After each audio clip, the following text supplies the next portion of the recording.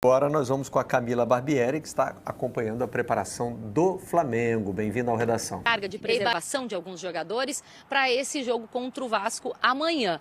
E o que eles me explicaram, né? O Danilo, por exemplo, é um dos jogadores que o Flamengo está fazendo um trabalho de controle de carga.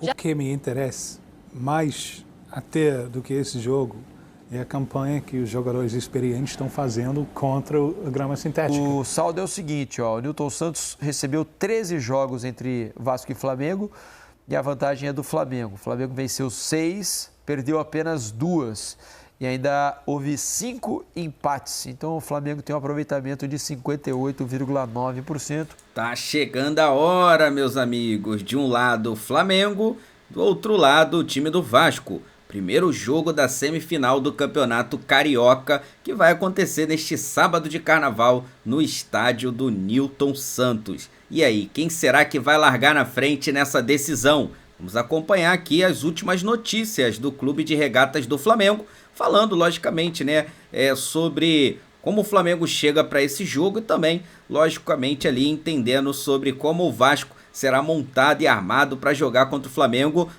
na grama sintética, né? Na grama sintética. Vou deixar aqui os créditos para o canal do Sport TV. O link deles está aqui na descrição desse vídeo como forma de crédito. Agora vem comigo e vamos acompanhar as principais notícias do Mengão. Agora nós vamos com a Camila Barbieri, que está acompanhando a preparação do Flamengo. Bem-vinda ao Redação. Ei, Barreto, Tim, Simas, bom dia, né? Eu ia falar boa tarde, mas eu não almocei, então é 11h26 ainda aqui, pra mim tá tudo certo. Vamos lá, vamos tratar como bom dia. Inclusive, Barreto, o Flamengo tá treinando agora, né? Atrás da gente aqui tem os gramados, tem esse prédio aqui que fica também a parte da comunicação do Flamengo aqui no CT Ninho do Urubu. E atrás tem os gramados, né? Claro que a gente não pode acessar, mas estamos aqui no ambiente. E o que nos favorece é que a gente consegue trocar uma ideia bem íntima com o pessoal que trabalha aqui. De quem que eu tô falando? Do Departamento Médico do Flamengo. Conversei agora há pouco com o Fernando Sasaki, que é o chefe do Departamento Médico do clube, para entender como que funciona esse trabalho que eles estão fazendo de controle de carga, de preservação de alguns jogadores para esse jogo contra o Vasco amanhã. E o que eles me explicaram, né? O Danilo, por exemplo, é um dos jogadores que o Flamengo está fazendo um trabalho de controle de carga. Já tem alguns jogadores que o Flamengo está fazendo isso nesse início de temporada para que eles aguentem aí uma temporada longa, com vários jogos, né? E no caso do Danilo, eles me explicaram o seguinte: o Danilo nunca jogou nenhum jogo em gramado sintético quando estava na Europa. Então é algo novo para ele, né? É algo que isso precisa ser trabalhado ainda pelo departamento médico para que ele consiga ter condições sem se lesionar. Então, por conta disso, a opção foi de preservá-lo. Ele sentiu até um incômodo muscular nesses últimos jogos. Então, por conta disso, o departamento médico entendeu que seria melhor preservá-lo. Sobre o Juninho e o Alexandro, esses já, vamos dizer assim, já foram liberados, já tiveram alta do departamento médico. Claro que os médicos do Flamengo ainda seguem acompanhando eles, mas eles já seguem esse trabalho de preparação física junto com o restante do grupo, junto no gramado, fazendo esse trabalho de preparação, apesar de que neste jogo contra o Vasco eles não estarão à disposição pelo mesmo motivo. Estão voltando de lesão, então o departamento médico entende que é melhor preservá-lo, não precisa desgastá-los nesse momento. Então a tendência é que eles estejam à disposição, então, só no segundo jogo, que vai ser no Maracanã, um gramado que eles conhecem muito bem. Vale destacar também que o Ayrton Lucas, esse já é uma situação diferente, porque ele já estava treinando com o grupo desde a semana passada. Ele teve um trauma no joelho, no jogo contra o Fluminense, mas está recuperado.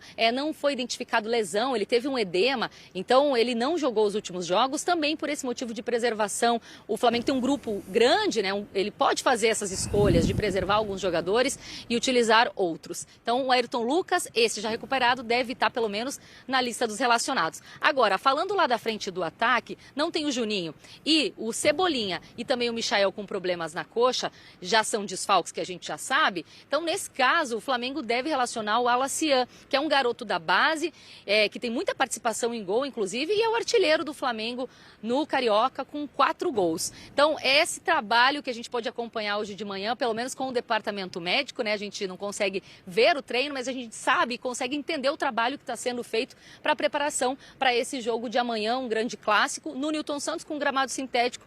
Aí o Flamengo deve sair daqui do CT Ninho do Urubu amanhã, por volta das 3 horas da tarde, para enfrentar então o Vasco às 5h45 no Nilton Santos. Barreto. Ok, Camila, muito obrigado pelas informações. O Flamengo tem campos de grama sintética no CT, então essa adaptação, sempre que o clube precisa jogar, por exemplo, no Newton Santos, ela provavelmente tem ali, muda-se a escala de treinos, usa-se a grama sintética. O Danilo é uma questão mais, como a Camila explicou, de adquirir o costume, né? De entender qual é a reação do corpo, tem vários estudos que podem ser feitos. Mas o que a gente nota aí é que são questionamentos diferentes que Vasco e Flamengo têm para essa semifinal, né? O Vasco está com chegadas, mas se perguntando se já vale a pena botar esses jogadores em campo. O Flamengo não, o Flamengo já decidiu que não vale a pena, por exemplo, escalar o Danilo, outros não é nem questão de valer a pena ou não, não pode escalar, o Flamengo está lidando com as ausências. O Vasco com possíveis presenças. O que me interessa mais até do que esse jogo é a campanha que os jogadores experientes estão fazendo contra a grama sintética, que eu acho muito interessante, porque a mim parece, o que é mais interessante para mim aí, são jogadores de grande experiência na Europa e tal, na verdade é uma campanha contra o modelo de negócios que o futebol brasileiro está assumindo, que é arena de uso do estádio? Arena multiuso, né? A maneira, porque sempre tem essa pergunta das SAFs e tal, de onde vem o retorno? Qual é o modelo financeiramente de negócios? Parece que cada vez mais tem bacana na coisa de arena multiuso e grama sintética faz parte dessa engrenagem e os jogadores estão falando não. A gente não, esse modelo de negócios a gente não quer.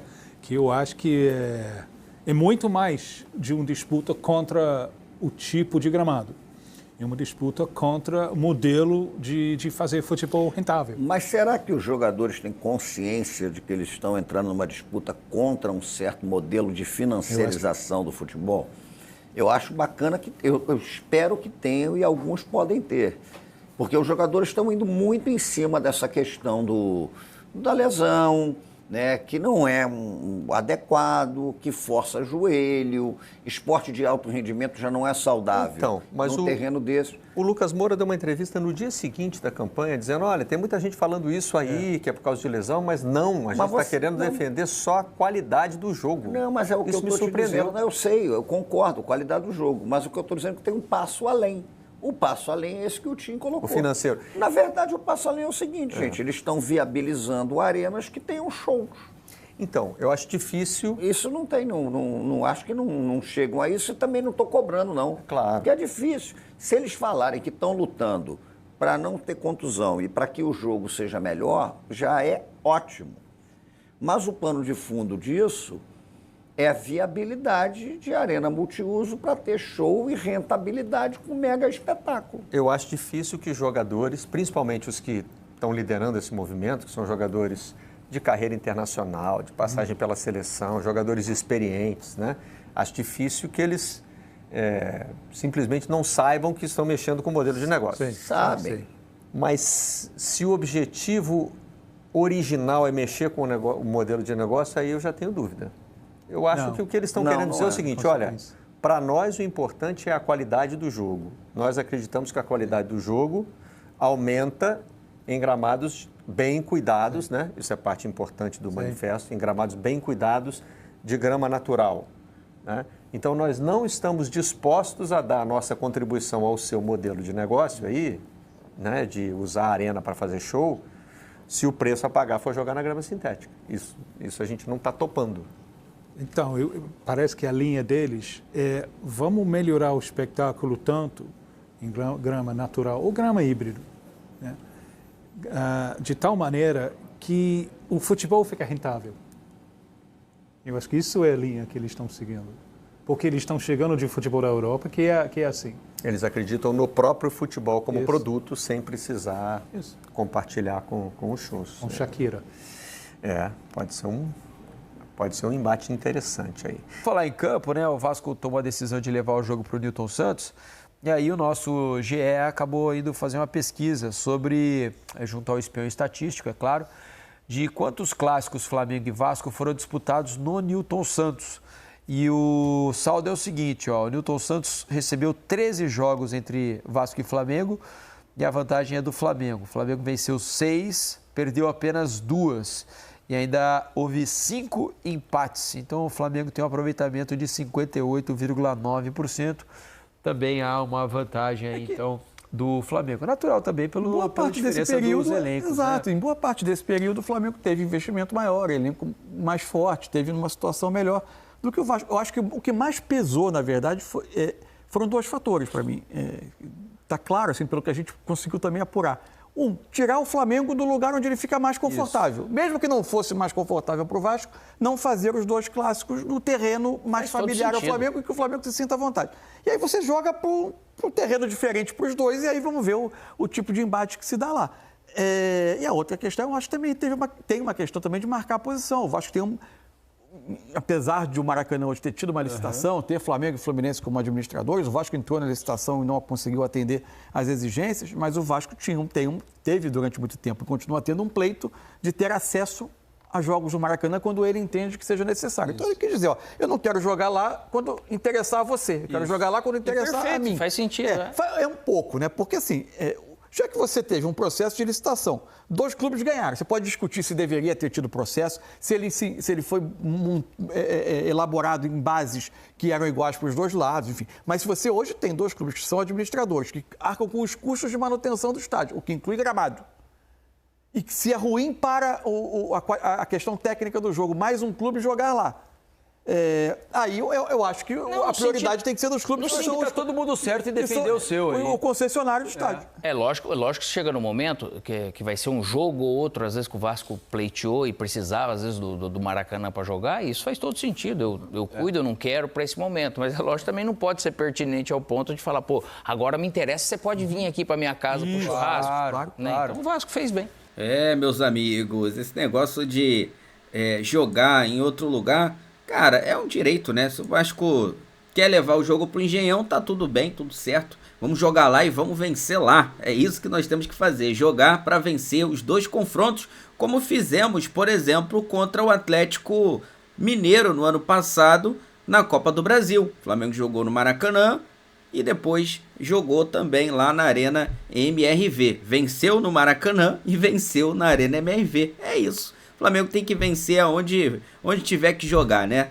Olha só, galera, essa informação aqui, ó.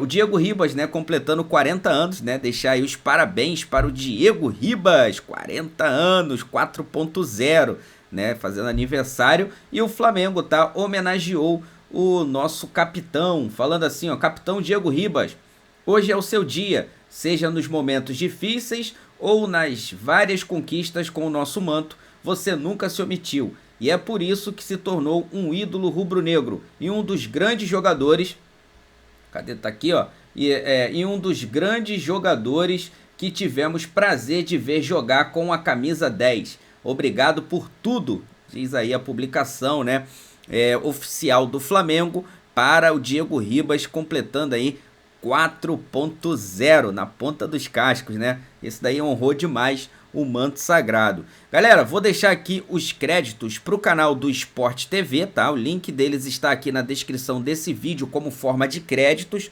Vou pedir a você que não é inscrito para se inscrever aqui no canal.